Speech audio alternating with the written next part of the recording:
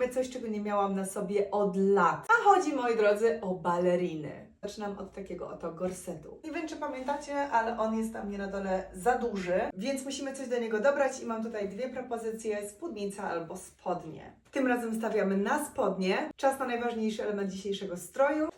Dobra. Na koniec mała czarna torebka. I wiecie co? Postawię dzisiaj na bardzo prosty look, bez reszty dodatków, ani żadnych okryć wierzchnich. Przygotowałam jeszcze opcję z sukienką. Piszcie, która lepsza. I też piszcie, co sądzicie o balerinach.